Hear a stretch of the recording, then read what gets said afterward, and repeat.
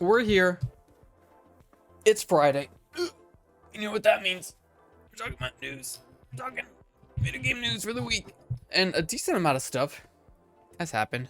Nothing too crazy. Obviously we've got more layoffs in general. But we can go down the list. Let's talk about Marvel Rivals. We were just talking about that. We were just playing Marvel Rivals, right? Now the question is, which screen is this going to open on? Which screen is this going to open on? That one, of course. All right, bring it down here. We were just playing Marvel Rivals.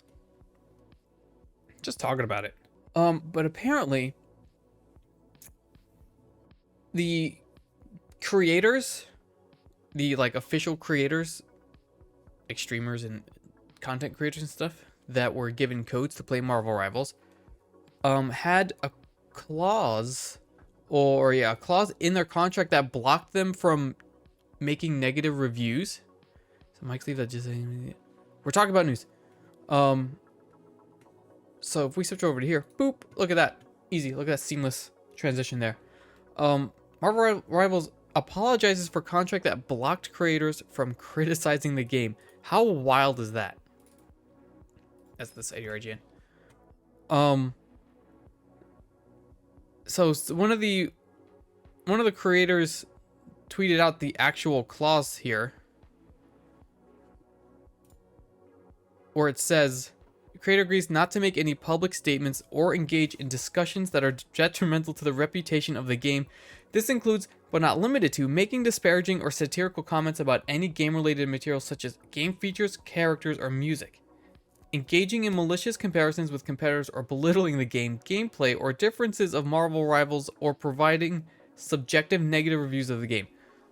How wild is that? Isn't it normal nowadays? It's not, but it's not even an NDA. An NDA is different. The NDAs usually are not talking about it at all. This is specifically because if there was an NDA, right, we wouldn't be able to stream it and stuff like that. But this was specifically saying you couldn't make any public statements or engage in discussion that are detrimental to the reputation of the game. That is so silly, right? So then the developer comes out. Who's the developer in this? NetEase? It is NetEase, yeah. So NetEase then announced, we sincerely apologize for the confusion, suspicion, and frustration caused by these excessively restrictive terms, and thank you for sharing with us. Obviously, overwhelmingly negative response to that. I think the justification was that it wasn't for specifically.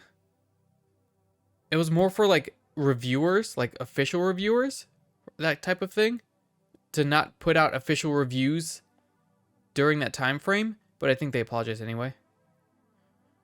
We actively encourage creators to share their honest thoughts, suggestions, and criticisms as they play. All feedback, positive and negative, hopefully helps us craft the best experience for ourselves and the players.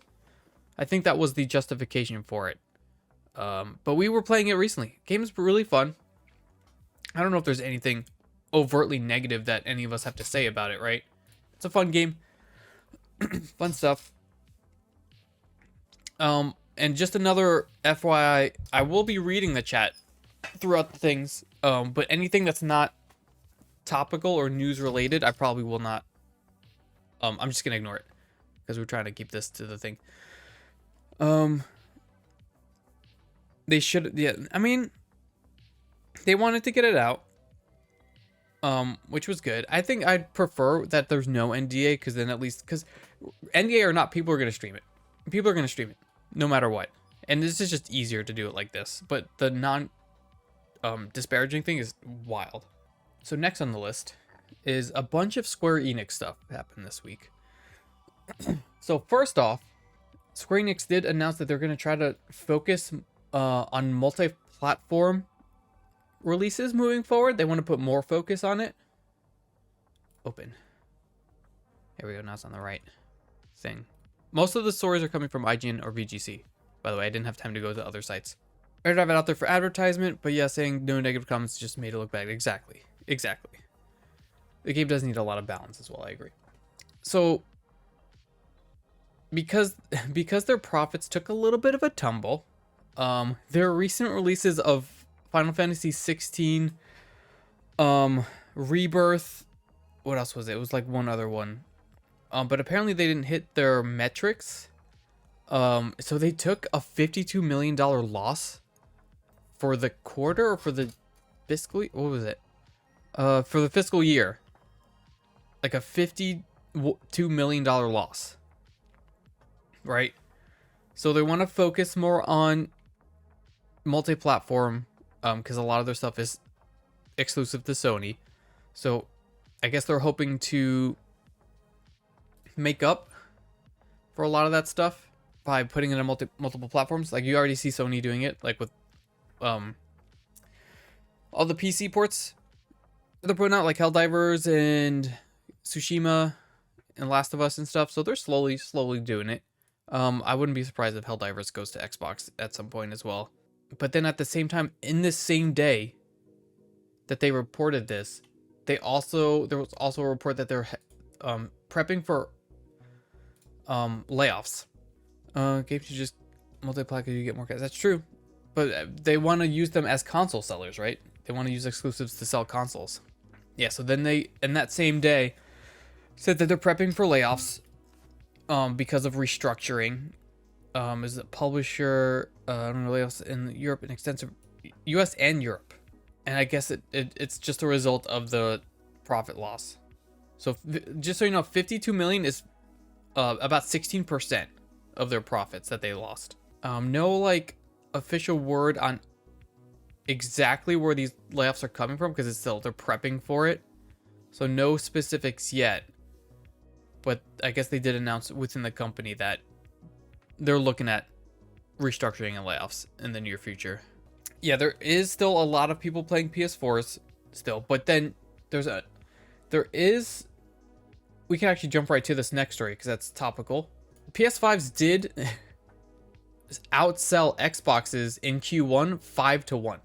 So they sold 5 times. I didn't put this one in here. Hold on. So there were 5 times more PlayStations than Xboxes that were sold, which is nutso bongos because it's not just Xbox Series X, it's X and S. It's both of them combined.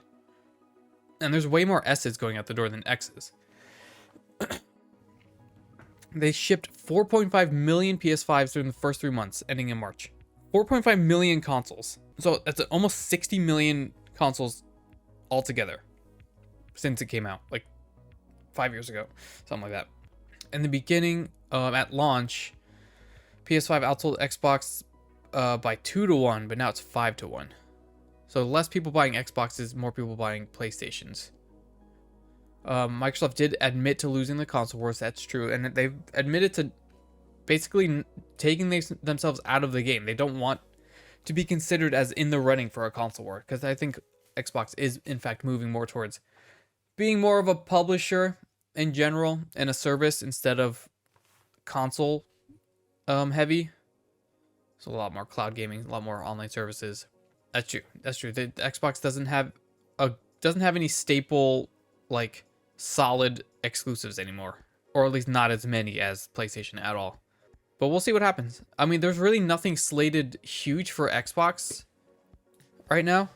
I mean, Hellblade comes out, I think, this week or next week, right? But that's going to be on Game Pass. Indiana Jones. We'll get to Call of Duty in a minute. Star Wars, I guess, it would be another big one. And then a bunch of, like, indie games that hopefully do well. And hopefully those studios stay alive. Yeah, Nintendo will be the only 100% exclusive, like, forever ecosystem, I think.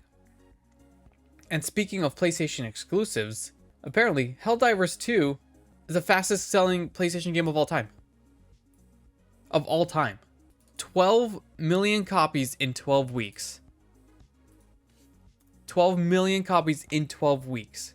The fastest selling PlayStation title of all time. And you don't even realize that it's a PlayStation title with how many PC people are. No one bought it for me. How wild is that? That they sold 1 million copies a week for 12 weeks. And they're still selling copies. They're gonna still keep pushing out copies. So that's just a short story. Little mini story. Helldivers outselling, which is nuts. Or not outselling, selling at a lightning speed. right now. Like I said, we're gonna probably blow through these pretty quickly tonight. Imagine if they put it back to the whole world. Exactly. That's why I think it's making so much money. I think we will see it on Xbox at some point, because why wouldn't they just want more money, you know? So we'll see what happens. We can skip this for now. We'll do another short story where Hi-Fi Rush will in fact get their last update. I'll actually tie this one as well into here. Hi-Fi Rush and Redfall will both get their last updates. The physical release will be pushed out at some point. But right now their last update looks like it's still, or it's been released. It was originally announced last January, which is wild. It doesn't say what the update is gonna be. I guess it's not a big update. Patches. Yeah, it looks like it's just patch notes. A fix minor issue, that's it. Yeah, nothing big, nothing major. Redfall will get a much more detailed update where they are gonna get their offline play. I don't think there's a date on this yet. We're working to release our final update, Game Update 4, that brings revamped neighborhood and nest systems, single player pausing, offline mode, and more. So no details yet, but there is going to be a much bigger update, it looks like, for their final update. We'll see. We'll see maybe if there's an offline mode if we jump into it, just to see how it plays. Because we might as well. Maybe for like a stream or two. We'll see how it goes. So it's good that they are going to get their final versions, I guess, released before they completely shutter, which is unfortunate. On the brighter side, guess what? I don't know if anyone saw, but the new Assassin's Creed trailer dropped. Let's watch it. That's the wrong one.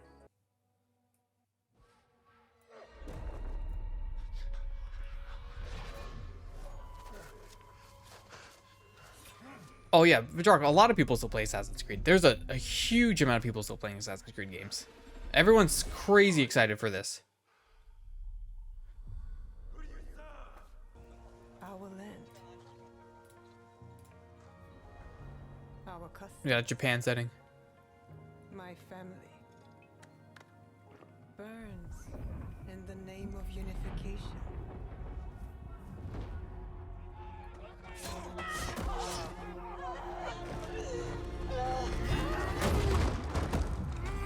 It's pretty cool, and I have... There is some controversy, like you said, and I do agree with a lot of it. And this, I will say, we'll talk about it after the trailer, but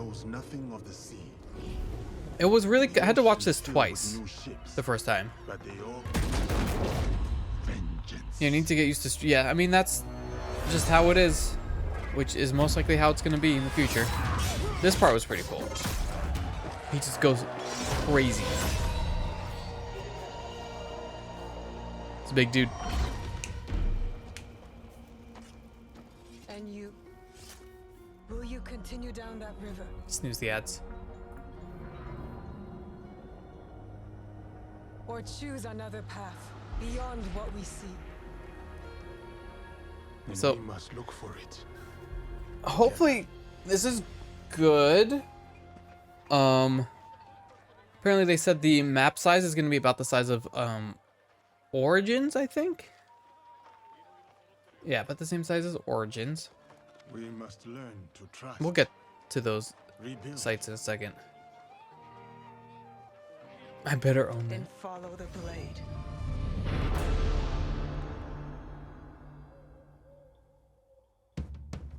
So now we get actual assassin stuff happening. But how long are we? Almost 2/3 of the way done with the trailer. We finally get assassin stuff.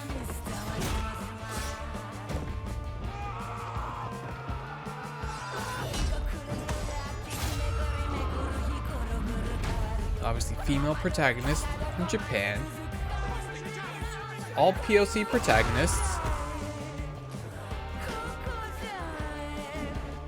That weapon is so cool.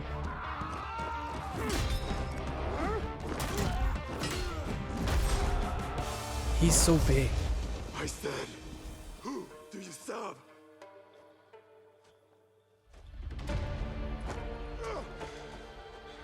We are the shadows. How How do you not hear him coming? He's so That clunky. served the light. How do you not hear the big guy coming with his giant armor? That's pretty sick. So Assassin's Creed Shadows. Pre-order available now, releasing November 15th. So yeah, there are some controversies happening with it. And like I said, they did say that it's going to be about the size of Origins.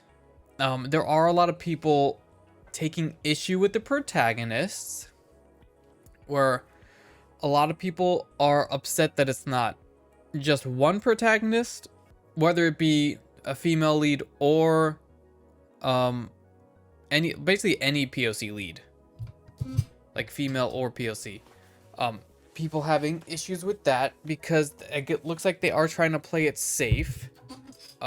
People are obviously, because it's the internet, having issue with the fact that it's just a black samurai, and people for some reason just have a lot of issues with that.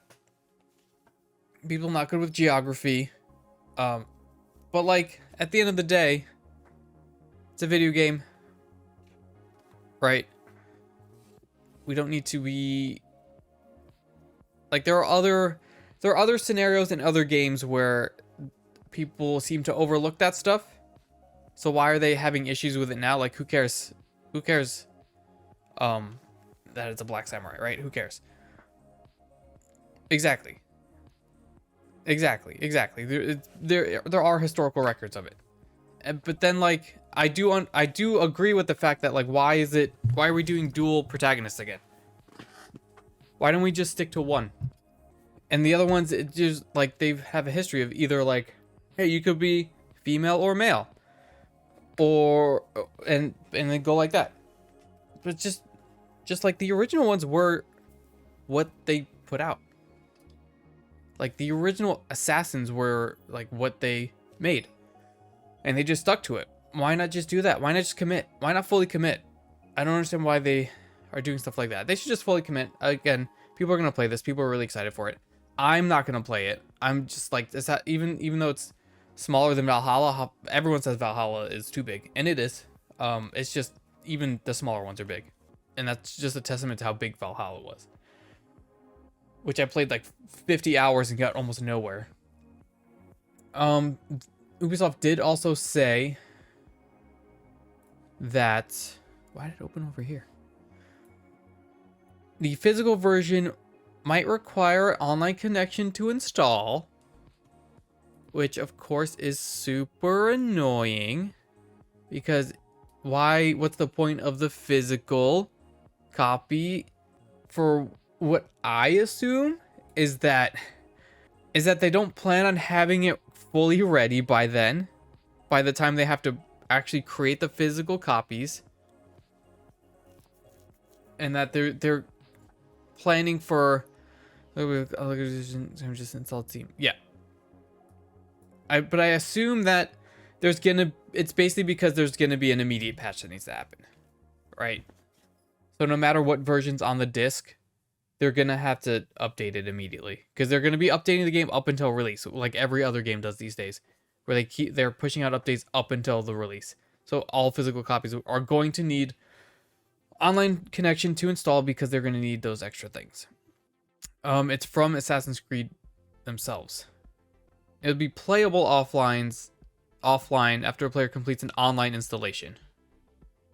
So it needs to be online for the updates, I guess, but then you could play offline. And then, of course, in the same day, in my opinion, to lessen the blow of this, they released the Assassin's Creed stuff, in my opinion, to get ahead of their PR, for the fact that Ubisoft is also canceling Division Heartland, which was that fully multiplayer Division game that they were working on. Yeah, free-to-play multiplayer service live-action shooter set in a rural community in Middle America. So that same day, they canceled it. I don't remember if it's going to be a standalone multiplayer or if it's supposed to be just another iteration of the series. But it has been canceled. They've been working on it it was set to release this year, I think, or next year. but they dropped Assassin's Creed, I assume, to cover their tracks or make up for the fact that they're canceling Division Heartland, which a lot of people were excited for it. Not a lot of people, not like a lot of people, but there were a decent amount of people that were excited for this game. Oh, speaking of Skull and Bones, thank you for mentioning that. The next day, they announced that Skull and Bones is actually doing so well, they're gonna get a season 2 of whatever like battle pass or thing that they're doing. So they're getting a season 2. So a tremendous response to the game since launch. A lot of people are playing Skull and Bones, apparently. I mean, when I played it that 1 or 2 times, I thought it was actually pretty fun. If there was more people to play with, I probably would have continued. But it was like fun. It like actually worked pretty well. Once you got the hang of it. It got a 7 out of 10. Let us begin by saying how amazing it's been for all of us working on Skull and Bones to witness the tremendous response from our entire community since the launch of our game. From the ways our players engage with our game and content to the ton of screenshots, videos, live streams shared across social media, Discord, and Reddit. We target to further improve this retention and enlarge the player base with the upcoming launch of Season 2, Chorus of Havoc, that will continue to enrich the end game with the addition of new bosses, world events, and ship upgrades. Season 2 will also bring new PvE and solo game modes. Solo game modes, pretty cool. I like that. I like solo game modes. Well, every game's gonna have battle pass. That's the way the industry is going in general. We talked about this last week, where everyone wants to do battle pass microtransaction stuff. And again, some people do it fine. Some people like Helldivers. Some people do it well. I don't know the specifics of how Skull and Bones is doing it. But also like I think Diablo 4 did a pretty decent microtransaction stuff. It was a little bit pricey, obviously, but I think the way they did it with their battle pass was fine. It was just very grindy, but you know, you just gotta do it the right way. Season 2 key features and improvements, ship upgrades, upgrade your ships to improve ship stats, fleet management, which allows you to assign ships to manufactories to automatically collect pieces of 8, helm leases, which allow you to acquire a manufactory of your choice, new PvE and solo game modes, balancing the cost of our manufactories. A few other things here. Let's do a couple small ones. Microsoft revealed a new accessibility controller that's pretty effing sick. The Proteus accessibility controller for Xbox. Look how many pieces this is, which is great. 15% pre-order discount, $300 controller, which, listen, is probably worth the price. Begin shipping in autumn. So if you pre-order, you get 15% off. There was more stuff about this. Hold on. Yeah, more of how it looked. So it's like fully customizable, like where the buttons go and how you can like place it, which is crazy. You got a stick at the bottom here on the side. You got your buttons here, triggers. How cool is that? Like, how cool is this controller? I know a certain couple people that would love to have this controller. That we might want to look into trying to get them this controller. Yeah, it looks like it's fully modular, and I assume it works for like any. I assume it works for PC as well, right? Because it's Microsoft, which is pretty awesome. Exactly, Dean. Thank you for posting that link. So this is super exciting. I hope we can get one for JJ, because that would be pretty cool. Another smaller news. GTA 6 has focused or narrowed their release window to fall of next year, which means I don't think we'll see it next year, if that's the case. They just say we do feel highly confident that we will deliver in fall of 2025. I don't think that happens. I think maybe winter at the earliest for the holidays. I don't think it comes out in the fall. I don't think this game comes out in the fall. I don't think there's any way this comes out in the fall. I wouldn't say 2030. We'll definitely for sure see it by 2026, but I don't think it comes out next year. There is an Xbox showcase coming next month, so we'll check it out. There was a report about Take-Two games that They were reiterating that they did not, in fact, shutter studios, that people said that they did. Because they did announce... This is Take-Two, like, Take-Two that does, like, all of the big games, right? Not just, like, Rockstar, stuff like that. Yeah, so it's Rockstar, 2K, Zynga. Like, Take-Two Games is pretty large. They did announce earlier this month a cost reduction plan that included project cancellations, layoffs of 5% of its workforce, and other spending cuts. And reports that they were going to close Ollie World developer Roll 7 and Kerbal Space Program developer Intercept Games. But they asked Rebecca Valentine asked the CEO directly why they happened. He said they didn't shutter them. Yet, I guess.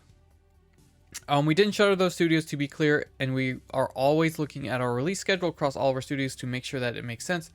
So we're being very judicious because we are in the middle of a cost reduction program that we've already concluded and are now fully rolling out. We've announced that we're saving $165 million in existing and future costs, but we haven't shuttered anything. So how are they saving? I don't think we know exactly yet. As studios asked if the studios actually existed or not. And the response is, we have not provided any additional color beyond what I just said. We just intend to leave those announcements to the label, so we're not trying to be cute or difficult today. Who knows if they actually shuttered studios? I wouldn't be surprised if they did. They most likely did. Like looking how the industry is going right now, there's no way they didn't, right? And then, hey guys, remember how Microsoft did a bunch of layoffs at Activision earlier this year? Hey, guess what? Activision is opening a new studio that's focused on AAA story games. How cool is that? Which is wild. Elsewhere Entertainment, that's going to focus on AAA, basically big story games. So they closed a bunch of studios in January, or not closed a bunch. They made a lot of cuts in January, like layoffs and stuff. And now they're opening a new studio. According to the blog was released, Elsewhere Entertainment's team includes storytelling experts who have previously worked on franchises including The Last of Us, Uncharted, The Witcher, Cyberpunk, Destiny, The Division, and Far Cry. It's currently recruiting developers in hopes of creating a state-of-the-art next-generation game experience. Is not a Call of Duty related project. So Activision is not working on, not fully working on Call of Duty, but look at this. The Last of Us, Uncharted, that's PlayStation. They're taking PlayStation experts.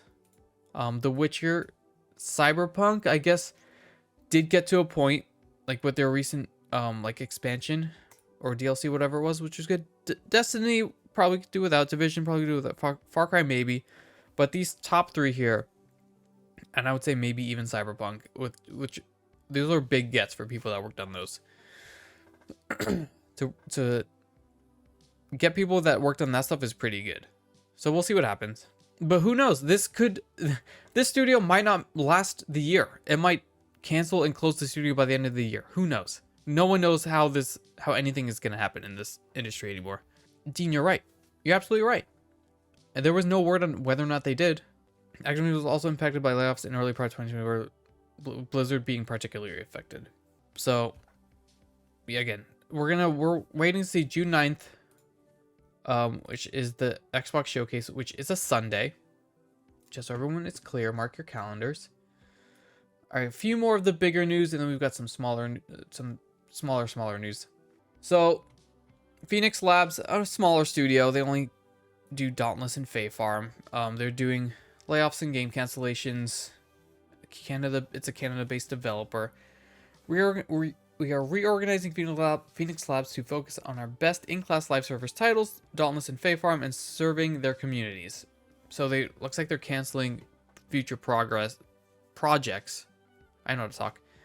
And making layoffs. We're doing all we can to help our departing team members in this interim period, and encourage any studios looking for incredible talent to speak with the one-of-a-kind people that we have been a part of Phoenix Labs' journey. So it's just Dauntless, which I guess a lot of people are still playing, and Fae Farm is really all they've been doing. And any future projects, again, have been canned. Dauntless is still good. Dauntless is still fine. They're just restructuring and laying people off that are working on other things to focus more on Dauntless and Fae Farm. So we'll see what happens. we'll see what happens. It could be like just the first step in a bigger issue, but again, we'll wait and see. I'm not going to show this one. Well, I'm not going to show parts of it because there was a game, apparently that a hero shooter that Valve was making that got leaked by playtesters, like today, basically. I don't want to show the actual leak stuff, but playtesters did leak images of the game. 6v6 gameplay with abilities not unlike those in Overwatch or similar competitive hero shooters. Hundreds of people are currently playtesting it. Game has been in development since 2018. Let me switch it to here too. It's harder to see there. Steampunk Euro City stuff. Gabe Newell said in 2021 the company has multiple games development and has always been always keen to make more single player experiences following Half-Life Alyx, but they're working on a 6v6 shooter now. Valve is back, baby. We'll see what happens with this one. I mean, it's most likely gonna come out if it's being play tested so hard at this point.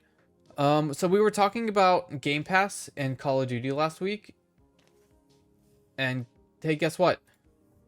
Microsoft did come out and say that they do plan on putting Call of Duty onto Game Pass. Who knows how this is gonna work? Because do they plan on getting a lot more subscriptions? Are they gonna raise the price of the subscription? Are we gonna see in June? Any changes to Game Pass? I wouldn't be surprised if they bumped it up to $20 a month for Game Pass before this comes out. The entry cost of the game would be as little as $11. Microsoft plans a major shakeup of its video game sales strategy by releasing the coming installment of Call of Duty to its subscription service instead of the long-time lucrative approach of only selling it a la carte. I think there were rumors, allegedly, that it's going to be a Gulf War era, this Call of Duty. I don't remember where I saw that or heard that from. But yeah, Call of Duty's going to be on Game Pass. Officially. Again, we'll see more. Any Xbox news, we're just going to most likely see more in June. There should be heavy focus on Call of Duty then. That chat put in the Discord. That might not have happened this week, but did happen. So EA considering in-game ads because it went so well last time. So I think they did something with the UFC game where they put or somewhere they put UFC, ads for The Boys show. They put in the middle of UFC 4. People did not like that. So I don't think this is going to go well if they do decide to implement this. I don't think it'll be something as blatant as Doritos and Mountain Dew with the elusive man. But if it's like anything on a video streaming service, I don't think we're going to stand for that because that seems so silly, right? If they're going to do it, just like pay Doritos to just have their character eat Doritos, right? I feel like that's the way to do it instead of putting up a full-on ad. Just do product placement. I feel like they could do that and it'd be fine. Another thing that chat put in the Discord. So if you want to put anything in to talk about on stream, join the Discord. !socials. Yeah. Amazon orders Tomb Raider series with the, what is this lady's name? I forgot her name. Phoebe Waller-Bridge, who was in the last Indiana Jones, I think also the last James Bond, or wrote the last James Bond, which is nuts. But she's pretty cool. She's in a lot of other things as well. But I thought she did a very good job in the last Indiana Jones because I did not like her character. That means she did a good job. So we'll see if this actually pans out. I don't know if we need a Tomb Raider series. There has been, I feel like, a lot of Tomb Raider the last few years with, like, I think there was the trilogy that came out, and there was the reboot movie that came out as well. I don't know. I don't think I watched that. I don't know if people liked it or not, but we'll see. Who knows? It could be good. I agree. The success of Fallout will pave the way for a lot of more video game series and movies for sure. I think it's going to be its own thing. I don't think it's going to be taken from any of the games. I think there'll be references. I think it'll be kind of like Fallout. So we'll see. I don't think I feel like it's something that they could just make references to all the games and all the previous movies as well. So that's it for the bigger news. let's talk about some fun little baby news that has come out. So one cool, I have a section here of just cool stuff. Just a bunch of cool stories. Nothing that we need to spend a lot of time on at all, but cool stories. Helldivers 2 Star Wars Clone Wars mod. How cool is that? How cool is this? Guys, how cool is this? We modded. Let me mute this. How cool is this? Look how cool this looks. This would be so much fun. Look, it's spider walkers. And droids. This is so cool. I would love this. So just a little fun thing. Another one. Oh, Last of Us Season 2 photos were, I don't know if they were officially released or they were leaked. I'm not going to bring up anything because if it's a leak, I don't want to like add to that. But if you want, you can look up photos of Last of Us Season 2. They look like scenes from the game. Nothing crazy there. This weird story. Super Mario 64 player finally found a way to open that unopenable cabin without cheats. So everyone knows this cabin. Everyone knows that door doesn't open. Let's check. In Super Mario. It's an 11-minute video. Let's skip through.